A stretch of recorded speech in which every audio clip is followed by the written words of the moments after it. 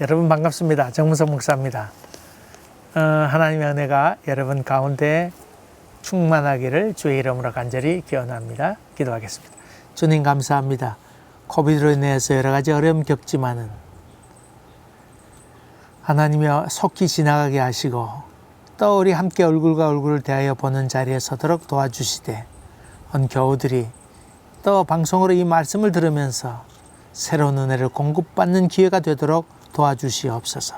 간절한 마음이 열매 맺도록 도와주시옵소서. 예수님 이름으로 기도하옵나이다. 아멘. 오늘 여러분과 같이 나눌 하나님의 말씀은 창세기 45장 25절부터 28절까지입니다. 제가 봉독하겠습니다. 그들이 애굽에서 올라와 가나안 땅으로 들어가서 아버지 야곱에게 이르러 알려 이르되 요셉이 지금까지 살아있어 애굽 땅 총리가 되었더이다. 야곱이 그들의 말을 믿지 못하여 어리둥절하더니 그들이 또 요셉이 자기들에게 부탁한 모든 말로 그에게 말하며 그들의 아버지 야곱은 요셉이 자기를 태우려고 보낸 수레를 보고서야 기운이 소생한지라. 이스라엘이 이르되 조카도다 내 아들 요셉이 지금까지 살아있으니 내가 죽기 전에 가서 그를 보리라 하니라. 아멘. 많은 예물을 갖고 그 형제들이 떠나게 됩니다. 열필의 수나기에다가 여러 가지 아름다운 물품과 또 길에서 먹을 양식, 떡, 그리고 자기 아버지를 모셔올 수레, 이런 것들을 데리고 가면서 다투지 말라고 그 형들에게 당부합니다. 도착했을 때 야곱이 얼마나 놀랐을까요? 여러분, 여기 그냥 이게 형제들이 그냥 간 것처럼 보이지만은 제가 생각한 데는 수레를 보낼 때 그냥 보냈을까요? 그 유대 나라에선 수레가 없었지요. 수레가 없었습니다. 그런데 수레를 아무나 몰 수 있나요? 수레는 아무나 몰 수 있는 것 아닌데 아마 거기에 일하는 일꾼 노예들까지도 아마 딸려보내지 않았을까요? 애굽의 평지에서 사용하는 수레가 그 유대 땅에 있는 동안에 그렇게 유용하지 못했습니다. 나중에 블레셋 사람들이 역사 흐름 다음에 블레셋 사람들이 쳐들어오게 될 때 수레들 끌고 오지 못했습니다. 그래서 내륙까지 침투하지 못했지요. 아마도 추측컨대 그 아버지 모세를 수레를 보내오면서 여러 종들도 또 혹시 길에서 누가 만날지 모르니까 수비하는 아마 특공대 같은 사람도 몇 명 보냈겠지요. 어쨌든 그 아들들이 자기 아버지에게 와서 그 과정을 쭉 얘기하게 됩니다. 동생 요셉이 거기 총리 대신으로 살아있습니다. 이런 얘기하게 되는데 이 야곱이 믿지 못하지요. 너희들이 죽었다 그러지 않았느냐, 거기다 옷까지 가져오지 않느냐, 피묻은 옷까지 가져와 놓고는 그게 무슨 말이냐. 아마 그런 얘기를 하게 됐으니 그 형제들, 그 아들들이 옛날 과거 이야기를 끄집어내어서 고백하지 않았을까요? 사실은 이러면서 옛날 과거 이야기를 하게 되지 않았을까요? 죽이려고 그렇게 했지만은 사실은 이렇게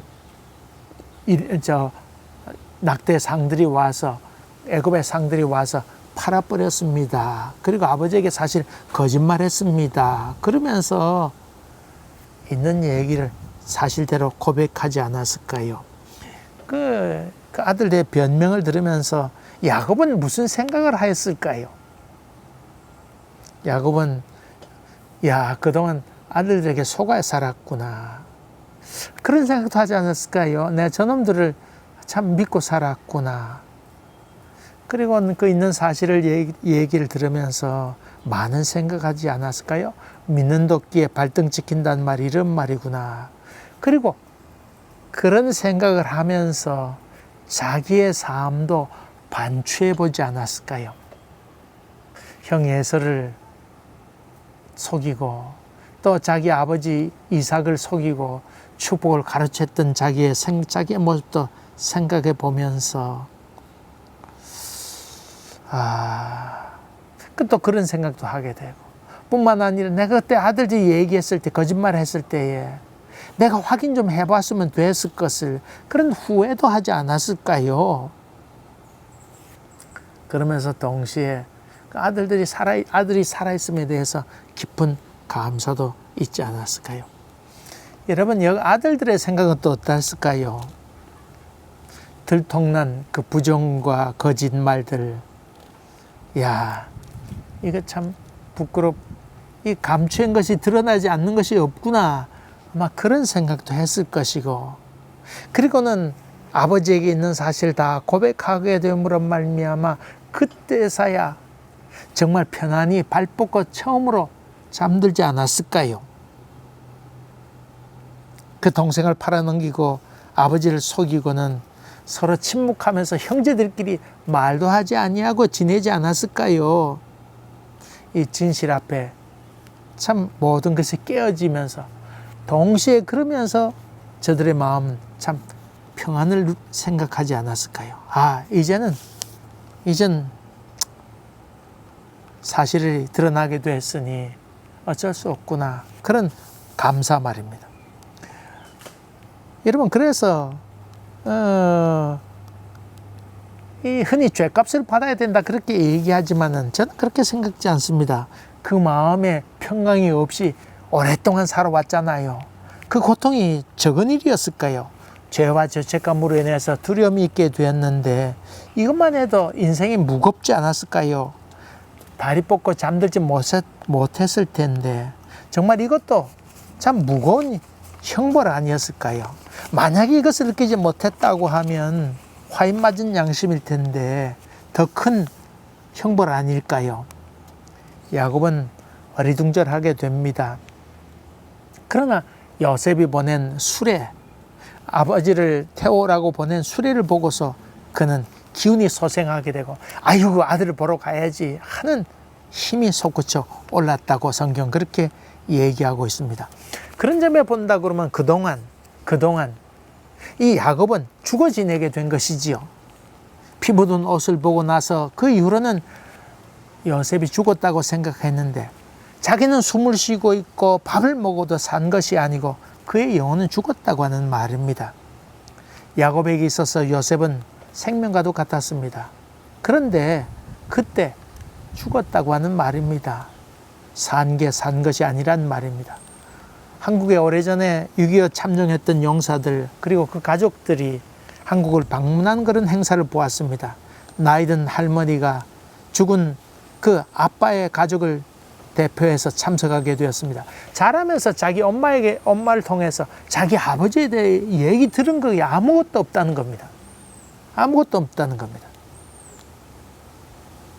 근데 어머니가 돌아가시고 난 이후에 그 광에 올라가서 보았더니 그 아버지와 어머니가 사랑해서 썼던 편지들, 또 아버지가 군대에 파견되고 나서 보내었던 마지막 편지, 그것이 거기에 있는 것을 보고는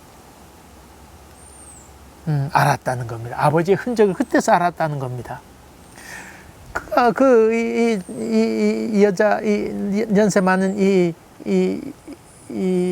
여자는 자기 아버지에 대한 기억이 없고 어릴 때 군대 파견됐으니까 기억하는 것이라고는 정장을 입은 두 군인이 와서 어머니에게 뭘 전달해 갔는데 그때 어머니가 통곡하며 울던 모습, 그것만이 머리에 있는 멋진 남자들이 와서 아버지에게 어머니에게 뭘 주었는데 어머니가 울던 모습, 그것은 생생하게 기억한다는 겁니다.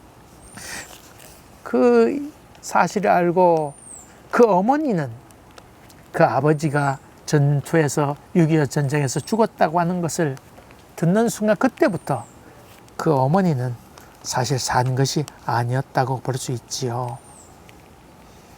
자기 아버지의 이름이 그 국민묘지에 새겨 있는 동판에 새겨 있는 걸 보고 거기 종이를 갖고 가서 그 종이를 놓고는 그 색연필로 자기 아버지의 이름을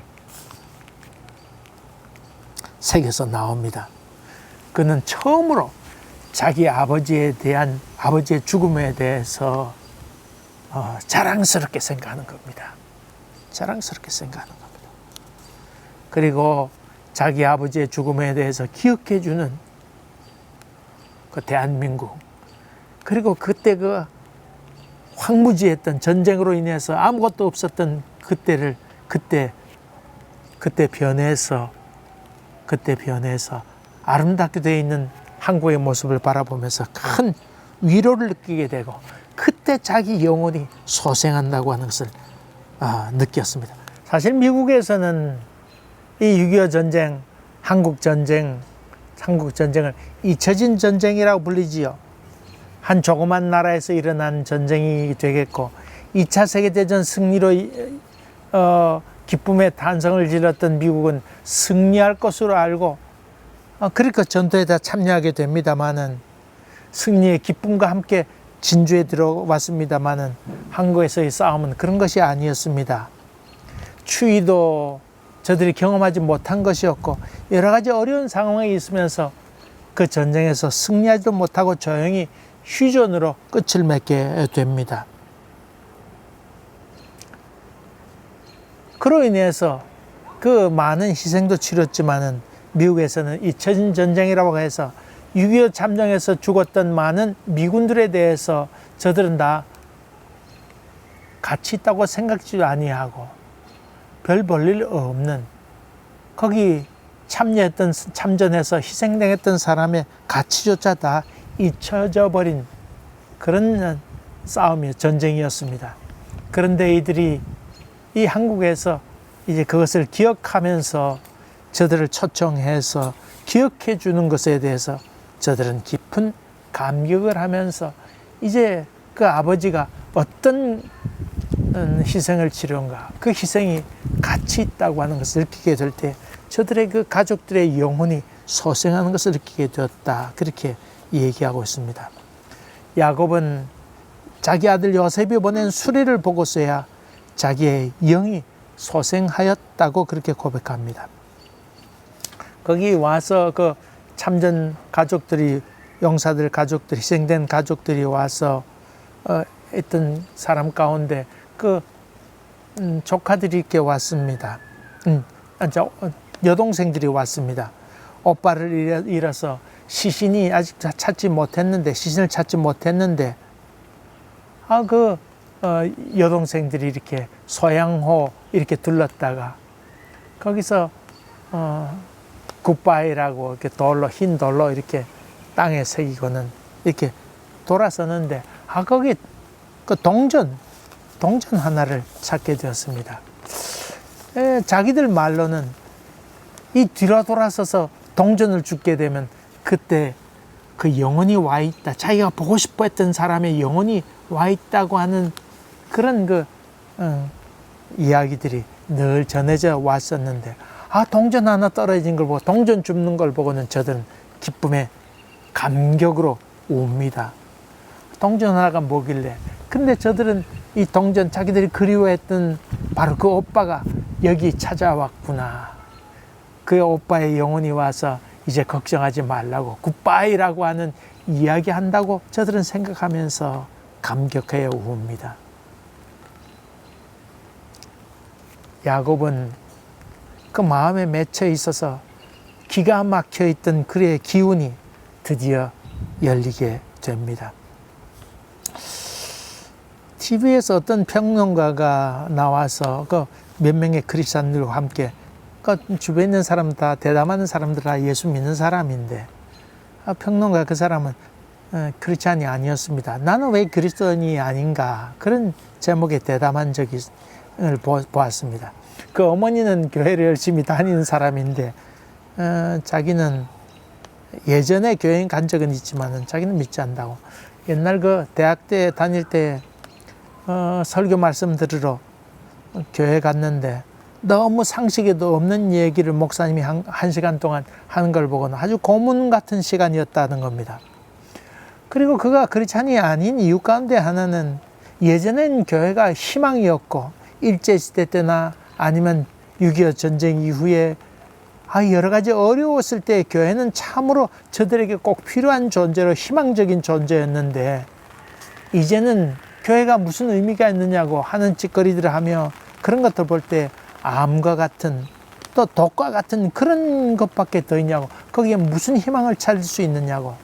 부동산, 현금 받아서 부동산 하고 높은 건물 짓고 땅 장사하고, 부정에 연루되어 있는 많은 국회의원들 보면 다 대부분이 기독교인이 아니냐고. 또 교회 오는 사람들이 구하는 그 기도 제목은 다 돈 잘 벌게 해달라는 것과, 그리고 자식 잘 되게 해달라는 것, 그것밖에 더 있느냐고. 헌금하는 것도 돈 내고 돈 받기 아니냐고. 그런 얘기를 하는 걸 보면서, 그런 기도로 기대하면서 교회 온다고 하는 것, 그런 기도를 한다고 하는 것이 뭐가 그렇게 의미 있는 것이냐고. 그런 점에서 나는 기독교인이 될 마음이 없다고. 그런 얘기 들으면서 공감도 하면서 동시에 부끄러움도 좀 느끼게 되었습니다.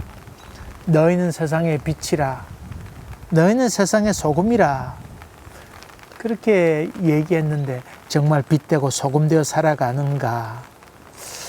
그런 점에서 우리는 참 하나님 앞에서 믿지 않는 사람들에게 인도해야 될 그런 사명보다는 오히려 하나님께 가까이 가려고 하는 사람들의 장애물처럼 살아간다 하는 생각을 하게 됩니다. 사도 바울은 고린도 교회의 여러 가지 혼란에 대해서 너희 가운데 하나님의 영이 있는데 너희는 그리스도의 편지다, 너희는 그리스도의 향기다, 그렇게 얘기하면서 너희가 그렇게 살지 말고 좋은 그리스도의 편지로 살아가라고, 좋은 그리스도의 향기로 살아가라고 그렇게 권면하고 있습니다. 편지도 기분 나쁜 편지가 있고, 나쁜 소식을 전하는 또 모함과 탐욕의 그런 악한 편지도 있는데, 그런 편지가 아니고 그리스도의 편지로 살아가라고 그렇게 얘기합니다. 냄새도 악취가 있지 않습니까? 쓰레기 냄새가 많이 퍼지게 되는데 그것 아니고 향기로운 냄새로 살아가라고 그렇게 얘기합니다. 얼마 전에 임재범에 대해서, 가수 임재범 있지 않습니까? 이렇게 얘기하는 걸 이렇게 쭉 들었습니다. 그 유명한 아나운서의 아들 아닙니까? 아나운서 아들인데, 그가 얼마나 많이 인생에 방황을 하게 됩니까? 결혼하게 되었는데, 그 참 팬이었던 사람과 결혼하게 됩니다. 뮤지컬 하는 여자였는데, 이름이 송남영이더만요. 보니까 송남영이라는 아내가 있었는데, 뮤지컬 하는 사람이었습니다. 어쨌든 임재범은 결혼해 사는데, 너무 락 음악을 하고 그렇게 하면서 고집도 세고 이렇게 하니까 생활하기가 참 어려워서 하는 수 없이 그 아내가 돈 벌러 나가게 됐다고 하는 겁니다. 근데 이 아내는 예수를 잘 믿는 그런 여인이 있다고 합니다. 임재범의 성격도 알고, 그 어떤 고집도 있고 하는 것을 알게 되니까 이 송남영이라는 이 아내가 참 예수는 전해야 되겠고, 근데 여러 가지 기도하면서 이 아내가 직장으로 나갈 때 그 남편이 누워있는 방에다가 성경책을 펴놓고는 살며시 늘 나가곤 했답니다. 행여 마음이 좀 답답할 텐데, 행여 생활이 너무 어려워서 길거리 나가서 담배꽁초도 주워서 피웠다 하잖아요. 행여 답답하면 성경책 볼까 해서 성경책 펴놓고는 말 안 하고 살며시 나갔다는 겁니다. 물론 그 이후에 이 아내가 갑상선암, 그리고 위암, 또 간암, 이게 다 퍼져서 그만 죽게 됐죠. 죽었습니다. 죽었는데, 그럼에도 불구하고 이 임재범은 그 아내의 그 지극정성한 그 기도와 그런 그 아름다운 모습으로 인해서 그가 신앙을 고백하게 되고 믿음 안에 들어서게 됐노라고 하는 이야기를 들었습니다. 여러분, 우리의 삶이라고 하는 것은 수레와 같은 삶이어야 되겠다는 생각을 해보게 됩니다. 수레는 소리친 것도 아닙니다. 수레 그 자체가 존재하는 힘이 있었습니다. 진실한 힘이 있었기에 야곱은 그것을 보고는 영원히 소생하였다고 그는 그렇게 얘기합니다. 아이고, 내가 아들을 보러 나가야지. 아들이 날 기다리고 있는데 가야지. 이런 마음이 수레를 보고 나서야 그는 확신할 수 있었다고 하는 말입니다. 여러분 주위에 있는 사람들이 여러분의 모습을 보고 여러분의 태도를 보고는 저 사람이 저렇다고 그러면 저 속에 하나님이 살아있지. 이런 확신이 들어서는 그런 삶을 살게 되기를 주의 이름으로 간절히 기원합니다. 기도하겠습니다. 은혜로우신 아버지 하나님, 우리 하나님 앞에 어떻게 살아가고 있는지, 다른 사람 앞에 어떻게 살아가고 있는지 보게 하시고, 주변 사람들이 우리를 봄으로 말미암아 살아갈 희망을 갖게 되는 은혜가 있도록 도와주시옵소서. 예수님 이름으로 기도하옵나이다. 아멘. 감사합니다. 여러분, 또 뵙겠습니다.